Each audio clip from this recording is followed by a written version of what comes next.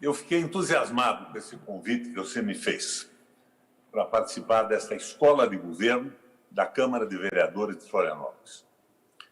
Eu entrei no processo político com a intenção de abrir as portas dos parlamentos e da administração pública a uma participação maior da população. Para você ter ideia, Fran, quando prefeito de Curitiba, eu criei a primeira ouvidoria do Brasil, no modelo português. O povo falava, e isso com muita contrariedade dos vereadores, que queriam o monopólio absoluto da palavra. Mas consegui aprovar, e ela foi a primeira do Brasil. Quando eu fui deputado, eu consegui colocar na Assembleia Legislativa do Paraná a Tribuna Popular. É uma iniciativa bacana, modelo suíço. Organizações sociais a nível do Estado, organizadas a nível do Estado, podiam se inscrever e, em determinado dia, por força do regimento da nossa Assembleia, que foi modificado, teriam a palavra dirigida ao conjunto dos deputados estaduais. E essa minha formação, esse desejo de modificar para melhor as estruturas políticas do Brasil é antigo. Afrânio, o meu trisavô foi o lugar-tenente do Frei Caneca na Confederação do Equador. Eu sou descendente de baianos, de sergipanos, e aqui no sul, no nosso Paraná, eu tenho avós italianos e alemães. Mas nesse processo todo eu sou um mestiço brasileiro. Eu tenho sangue de índio, eu tenho sangue de negro, nessa história de colonização e de construção civilizatória do nosso país. Eu, no governo do Estado do Paraná, fui governador 3 vezes do Estado do Paraná, por eleição direta. Eu criei todas as terças-feiras, e é por isso que eu me entusiasmo com a iniciativa de vocês, a escola de governo. Como é que funcionava a escola de governo? Todas as terças-feiras, o primeiro e o segundo escalão, o terceiro escalão do governo do Paraná, se reunia no grande auditório do Museu Oscar Niemeyer e uma secretaria fazia a exposição do que pretendia e do que estava fazendo. O interesse, Afrânio, era dar uma unidade para a condução do Estado que fosse conscientemente assimilada por todos os companheiros nossos na gestão. Aí foi o primeiro fracasso que eu encontrei nessa proposta. Você não faz ideia, os parlamentares todos eram convidados, eles não apareciam lá. Havia um desinteresse por parte da Assembleia Legislativa sobre as políticas públicas. Eu lembro que eles só apareciam quando, por exemplo, um programa do governo do Estado ia distribuir alguns cheques, verbas para prefeitos do Paraná. Daí eles apareciam. Então, um dia, ironizando um pouco esse processo, eu anunciei publicamente que eu ia distribuir um ônibus magnífico, desses articulados, e que seria sorteado entre os presentes, e o vereador que fosse sorteado poderia entregar o ônibus ao prefeito que desejasse, ao município que desejasse. Rapaz, foi a primeira vez que eu tive praticamente os 54 deputados do Paraná na Assembleia. Eles só não sabiam que eu havia recebido da Marco Polo uma miniatura, uma grande miniatura, mas uma miniatura de um ônibus articulado, que eles queriam que o Estado do Paraná estimulasse as prefeituras à compra. Então, eu sorteei o ônibus e, em determinado momento, o deputado que ganhou recebeu das minhas mãos, para sua decepção, aquela belíssima miniatura. Foi o dia que os deputados se interessaram por isso. Quando eu introduzi na Assembleia Legislativa a Tribuna Popular, foi uma guerra interna. Eu usei da minha capacidade de convencimento a todos os deputados, havia grande resistência, mas esbarrei, Afrânio, num obstáculo que eu não imaginava que existisse. A Tribuna Popular é uma prática do parlamento suíço, mas não havia organização social no Estado do Paraná à altura de utilizá-la. Ela passou muito tempo sem que um movimento social reivindicasse o uso da palavra na Assembleia Legislativa. Então, o que eu vi é que havia uma defasagem entre o meu conhecimento teórico da democracia participativa e da própria organização popular do Estado do Paraná.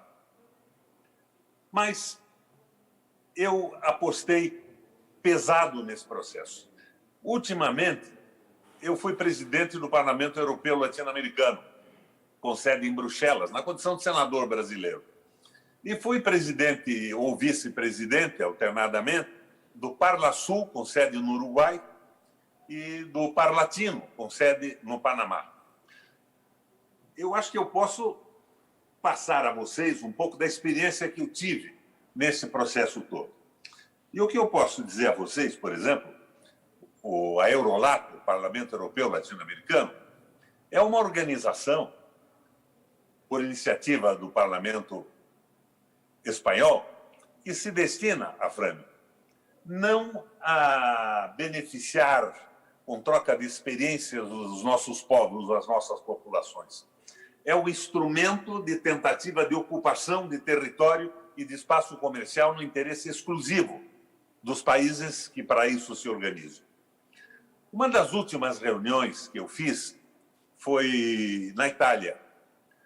E o presidente de russos e chineses na Venezuela reverberava: temos que impedir isso. A América Latina é nossa. Não podemos ver russos e chineses. Não havia nenhuma preocupação com a vida do povo da Venezuela.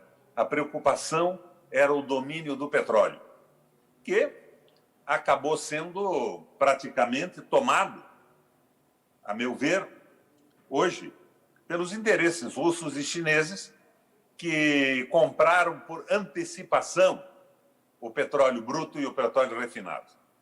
Mas eu quero chegar, nessa conversa com vocês, a uma outra perspectiva. O que está acontecendo no mundo hoje, de certa forma, Frânio, ao que acontece no Brasil também?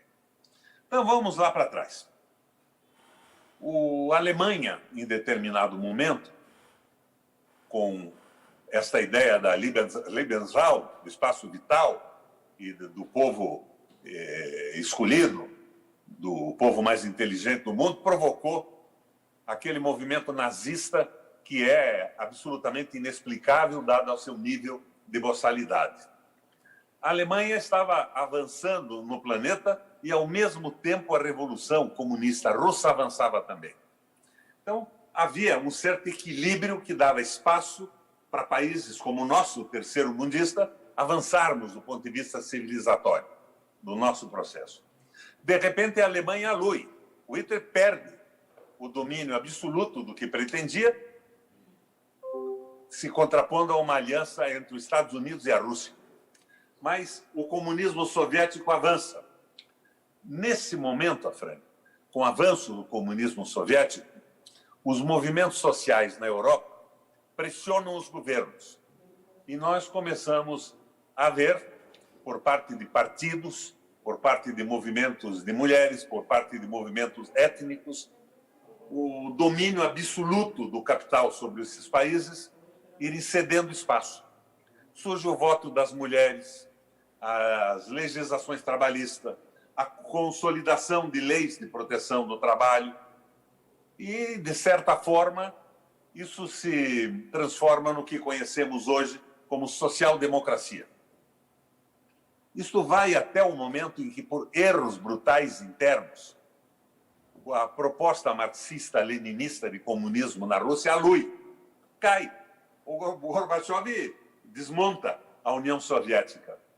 E os detentores do capital na Europa, os detentores do poder quase absoluto, resolvem reconquistar direitos que tinham dado ao povo trabalhador, às minorias étnicas, na consolidação de leis do trabalho, garantias, votos às mulheres e tudo mais. Não tinham mais medo da União Soviética. Eles cederam com medo que o comunismo se instalasse na Europa. E eles passam a agir nessa proposta democrática que nós conhecemos, Jean-Jacques Rousseau, começando com Péricles e a Ágora, lá em Atenas, na Grécia, eles passam a agir apoiados num tripé. Primeiro ponto de apoio do tripé é a precarização dos governos. Governos republicanos ou com outras formas de governo mais autoritárias e mais antigas, com imperadores, reis e tudo mais. Eles precarizam o poder e dão poderes aos bancos centrais. Os presidentes da República, os dirigentes nacionais, passam a ser meros capatazes do capital na contenção de revoltas populares no momento em que o povo e as etnias e as mulheres passam a perder direitos nos seus países. Então, era simplesmente o braço policial do sistema econômico. O segundo ponto de apoio diz respeito a nós. Nós parlamentares, nesse momento, eu estou aqui como senador, fui senador 2 vezes, fui presidente dessas organizações parlamentares internacionais. É a precarização do parlamento. O sistema eleitoral passa a ser um sistema extremamente caro, com televisões, rádios, panfletos, jornais, dinheiro à beça. E os parlamentares acabam, quando eleitos, sem ter nenhuma preocupação, a partir daí, com o ponto de vista programático dos seus partidos, e muito menos com os discursos que fazem nos comícios eleitorais que os levam à vitória. Isso tanto no legislativo como no executivo. E o terceiro ponto de apoio nesse processo é a precarização dos movimentos operários. A liquidação dos sindicatos, o corte dos recursos que faz os sindicatos poderem se organizar e se colocar massivamente em comunicação com as suas bases, o fim da aposentadoria, a tal aposentadoria que hoje eles dizem que é um projeto comunista, Franco.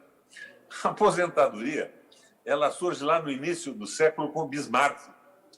O Bismarck havia lido, na sua tentativa de unificação da Alemanha, textos do Johann Schacht, que era um filósofo, economista da época, alemão, que havia morrido já quando o Schacht estava trabalhando, mas os textos estavam lá. E o Schacht dizia o seguinte: as elites, a nobreza foi derrubada do poder pela burguesia, porque os burgueses que moravam dentro e fora das muralhas feudais, trabalhando muito, enriqueceram, aumentaram o seu poder e, num determinado momento, eles não subordinavam mais ao domínio hereditário dos senhores feudais e da nobreza. Eles aumentaram em número e em força, em função da acumulação do seu trabalho, e derrubaram a nobreza. E o Schacht dizia o seguinte: mas a burguesia vai cair também, porque a burguesia está esquecendo a força de trabalho. E um trabalhador, um operário,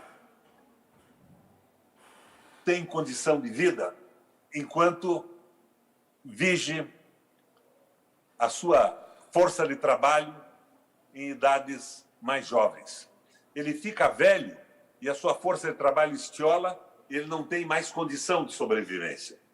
Mas a economia do mundo está mudando, a fase comercial avança para a fase industrial, máquinas a vapor, aquilo tudo.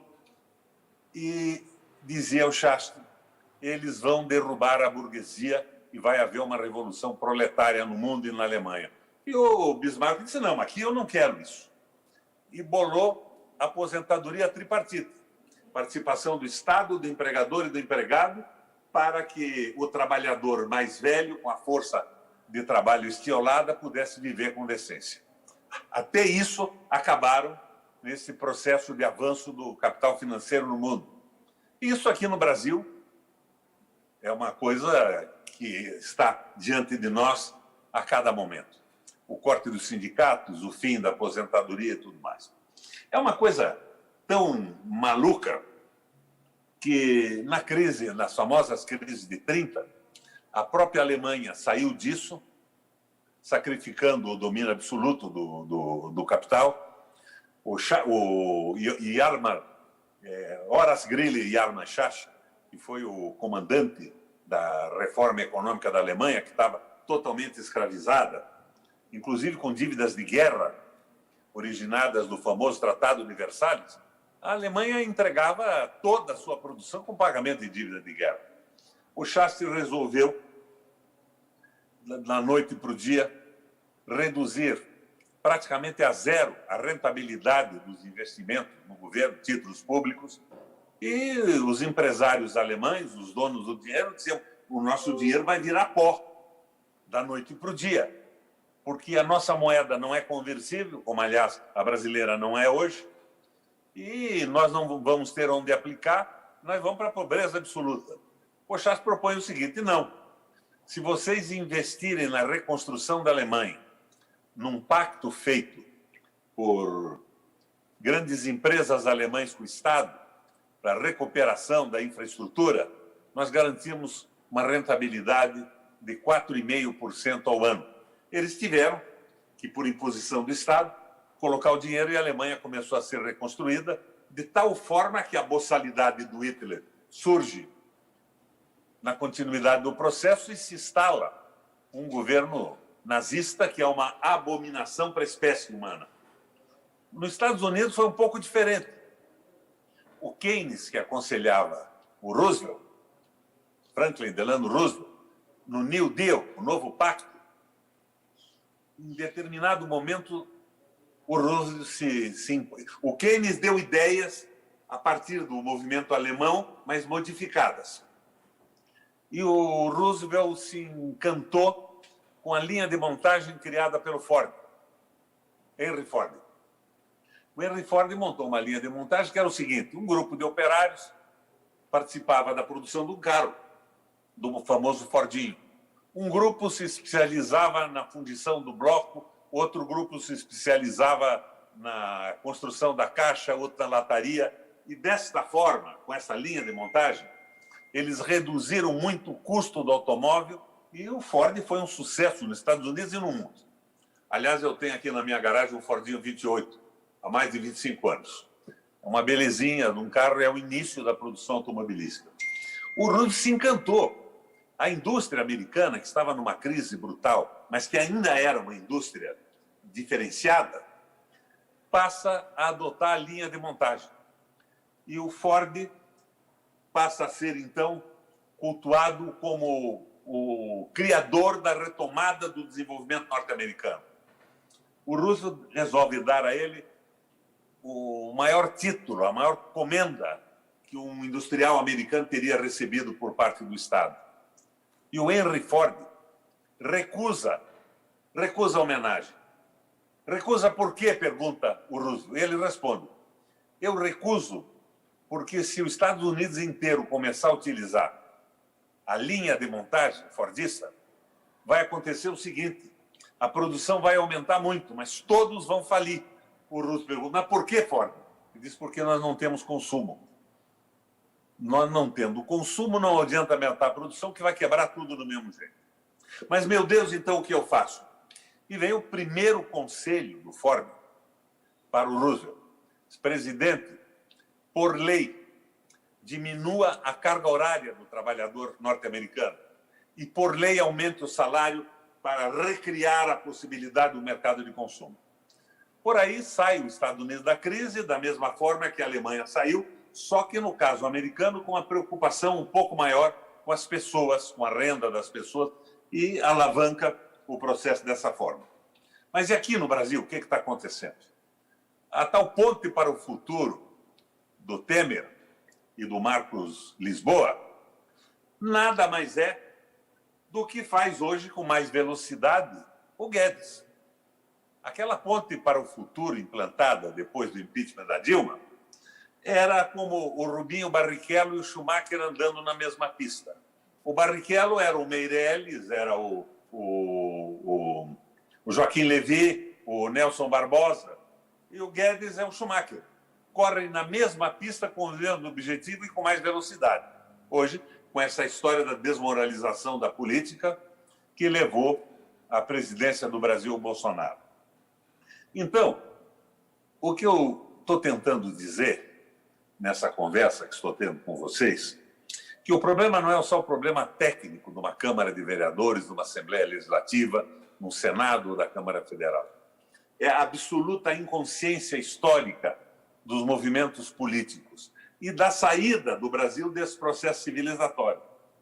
Atrás disso veio a Lava Jato. Eu fiquei empolgado com a Lava Jato. Eu estava no Senado, revoltado com a corrupção que eu via no dia a dia e nada acontecia. Inclusive, eu convidei o Sérgio Moro para participar das nossas comissões permanentes do Senado, e ele foi lá. Mas, num determinado momento, eu percebi que não havia nenhuma preocupação com a corrupção e com os corruptos. Era uma tentativa de desestabilizar um processo político, vamos admitir, endemicamente corrompido, que vivia o Brasil e vive até hoje, para retirar da competição mundial empresas brasileiras, acabar com a nossa soberania e ferrar de forma pesada os trabalhadores do nosso país. Eu acho que este é o processo fundamental para o entendimento do que está acontecendo. O Bolsonaro é a continuidade da Ponte para o Futuro do Lerner, que cá entre nós foi escrita, segundo consta nos noticiários e nas pessoas que estiveram mais perto disso, pelo Marcos Lisboa, que, por acaso, Afrânio, era o secretário do Tesouro do primeiro governo do Lula. Nós vimos nesse processo de avanço pressões em cima do PT.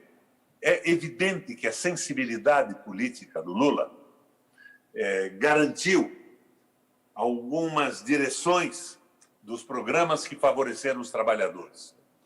Mas eu acredito que tudo isso ocorreu como um líder sindical atuando na sua categoria. Ele não contesta os roubos absurdos do capital. Ele simplesmente consegue mais 15 minutos para o almoço e garante mais um ou outro direito, ao invés de fazer o que eu esperava de governos progressistas, que é de entregar o Brasil para os brasileiros. Então, vi o brilho das pessoas que me antecederam, o entusiasmo da nossa vereadora de Taubaté e o preparo e a inteligência do pesquisador de Santa Catarina, mas eu acho que, fundamentalmente, nós precisamos de uma politização. E acho que o parlamento, sem uma reforma séria das comunicações no Brasil, que se contrapõe, por exemplo, a esse nosso papo aqui. Não é uma aula, é uma conversa, onde eu tento passar algumas experiências. Nós vamos ter aí algumas milhares de pessoas, inclusive no meu Facebook, que é generoso. Mas logo mais entra a Rede Globo com 25 milhões de espectadores dizendo que tudo isso é um engano, que temos que ferrar o trabalho mesmo, tem que reduzir o salário, aumentar a carga horária, acabar com a soberania nacional. E você veja, o nosso Congresso hoje é um simulacro de Congresso. E o que eu disse a vocês da compra de parlamentares ocorre nas câmaras de vereadores também, vocês sabem disso. Os financiadores acabam mandando num número enorme de parlamentares que respondem aos interesses dos seus financiadores e não aos interesses da população. Por isso, eu me dediquei tanto a essa democracia participativa. Mas, cá entre nós, não é o bastante. Nós precisamos politizar o processo político. As pessoas têm que saber o que devem fazer. Hoje, é um momento triste para o Paraná. Faleceu hoje pela manhã o ex-prefeito de Curitiba e o ex-governador Jaime Lerner, que durante o meu período de luta universitária foi um companheiro, um correligionário. Depois, nós passamos uma disputa pesada, porque a visão do Jaime Lerner era uma visão liberal. Ele tentou vender a nossa companhia de energia elétrica. Ele não conseguiu isso por causa do Bin Laden, que explodiu as Torres Gêmeas no dia do leilão. O leilão não houve, eu me elegi governador posteriormente e não deixei isso acontecer. Mas essa desmoralização da política, essa ridicularização de parlamentares sérios e nacionalistas, colocou no nosso legislativo brasileiro de cima a baixo, na minha opinião, o pior grupo de parlamentares que a história do Brasil já conheceu. Então, nós precisamos que se politize esse processo, que não fiquemos mais na onda da Globo, elegendo policiais violentos e ridículos, elegendo pessoas financiadas, elegendo os novos políticos. Às vezes, os novos são tão novos que não têm nem ideia do que estão fazendo numa Câmara Municipal, numa Assembleia, no Congresso ou no Senado. O problema todo se suporta numa politização maior desse processo. E talvez eu, pessoalmente, tenha exagerado nas possibilidades de uma democracia participativa. Que, aliás, a história da democracia da Grécia, de Atenas, povo reunido na Ágora, não é bem assim como se fala, porque a Ágora, na verdade, era frequentada só com cidadãos, pessoas nascidas em Atenas e mais ricas. Até que Péricles, fazendo uma observação do que acontecia na Ágora, e tinha assuntos que não eram tratados na Ágora, eram tratados pelas elites. Mas o Péricles chegou à conclusão que os pobres não podiam participar, que eles tinham mais o que fazer na vida para se sustentar suas famílias, e ele criou o mandato remunerado. Mas o mandato remunerado, em cima dessa visão corporativa e desta submissão aos interesses do capital, acaba sendo rigorosamente um absurdo. Eu, por exemplo, fui senador 3 vezes, sou governador do Estado. Eu me afastei dessas benesses. Eu recebo hoje, estou aposentado hoje, pelo INSS. Eu recebo R$ 3.072 por mês. Na última eleição, Globo, as fake news, diziam que eu estava aposentado com 5 aposentadorias, que eu nunca tive.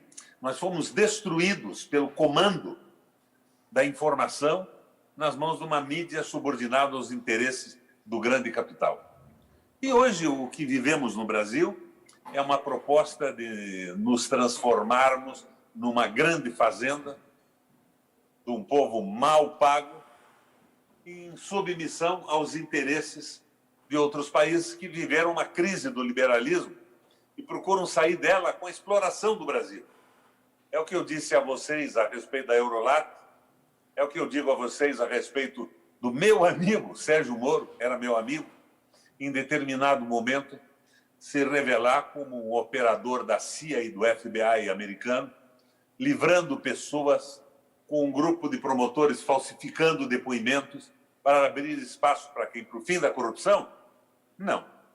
Abrir espaço para o fim da construção civil, o fim da independência do país e o massacre dos trabalhadores.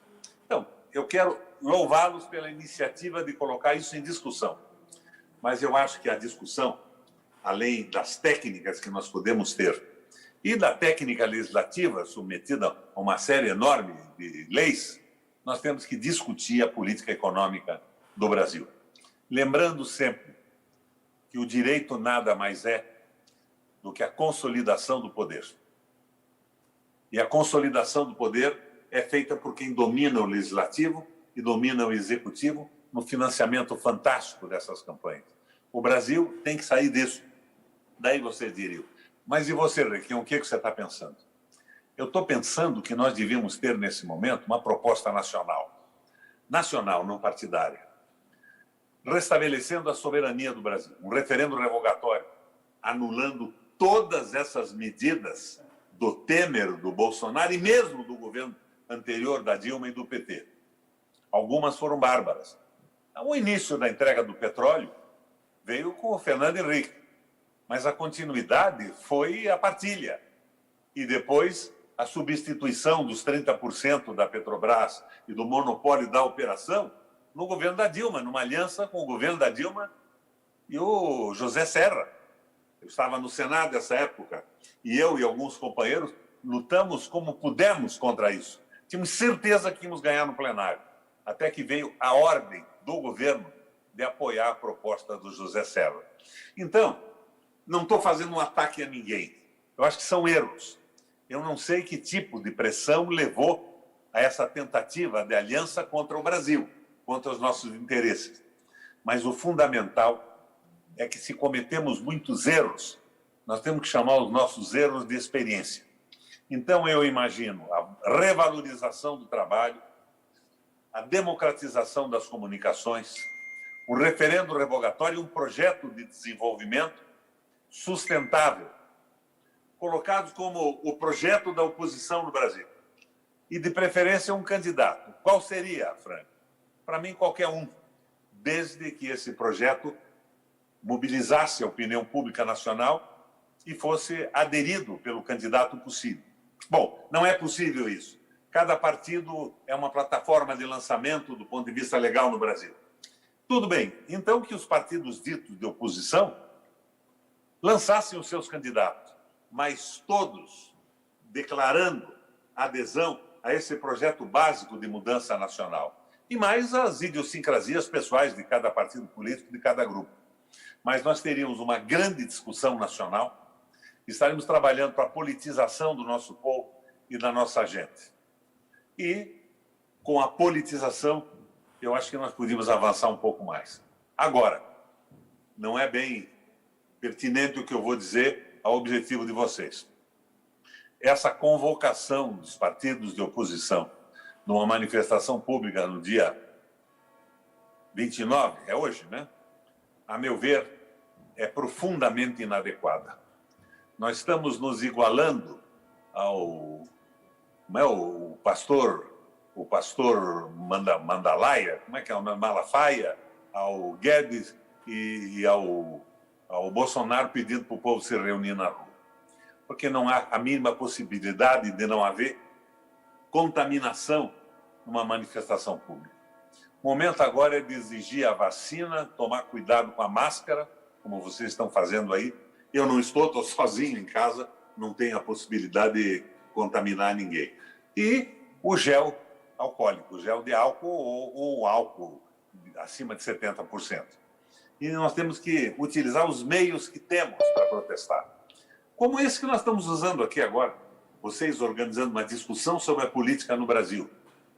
Cada um usando os seus meios, mas nós não podemos incorrer na mesma irresponsabilidade do Bolsonaro e do Malafaia, de provocar aglomerações, que daí estariam perdendo a razão e estaríamos sendo tão prejudiciais ao país como são eles. Então, eu acredito que eu coloquei. Ah, meu Deus. Volta para a vereadora. Opa, caiu o meu computador aqui. Eu acredito que eu coloquei algumas ideias que eu acho importante serem debatidas. E, ao mesmo tempo, cumprimentá-los pela escola legislativa que vocês têm. Mas eu queria dizer que, se não mudar o sistema político, se a extração dos parlamentares, vereadores, deputados e tudo mais continuar da mesma fonte, essa tapiação da violência, os homens que são capazes de fazer a chacina de Jacarezinho, essa barbaridade que eu vejo no processo político brasileiro, nós vamos andar muito pouco. A politização é básica. Se as pessoas tiverem consciência do que é a globalização, os interesses geopolíticos dos Estados Unidos, e eu, quando proponho um combate aos interesses geopolíticos dos Estados Unidos, Afrânio, eu acrescento o combate aos interesses geopolíticos da Rússia e da China. A China tem 1,5 bilhão de habitantes. Ela quer do Brasil matéria-prima barata para conseguir vencer essa guerra pelo domínio tecnológico e comercial do mundo. Nós temos que ter o nosso projeto e dizer a eles, aos chineses, por exemplo, respeitamos a política interna de vocês que tem que sustentar 1,5 bilhão de pessoas, mas respeitem a nossa. Agora, no momento, nós não temos política alguma. O que estão propondo de cima para baixo é submissão do Brasil a interesses geopolíticos de outros países. Quando o Celso Amorim nos colocou no BRICS, eu fiquei entusiasmado. Mas eu diria para ele hoje, o BRICS contesta Bretton Woods, o acordo do pós-guerra, que estabeleceu o domínio absoluto do dólar no mundo. Mas nós temos que dizer para os russos, os indianos e os chineses que o Brasil tem uma proposta que é financiamento, mas quer se industrializar também. Nós não temos um BRICS para financiar a entrega do Brasil. Você veja, a reforma econômica da China me interessa muito, eu acompanho isso há muitos anos. Coisas bacanas eles estão fazendo. Tanto que o desenvolvimento deles tem sido simplesmente fantástico.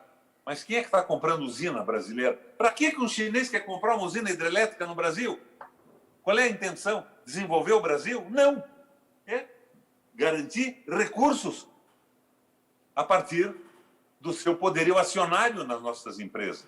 Não tem cabimento isso. E é esse tipo de consciência que tem que ser forjado. Minha gente, o que eu gostaria de ter dito para vocês é o que eu disse até agora. Um abraço, estou à disposição.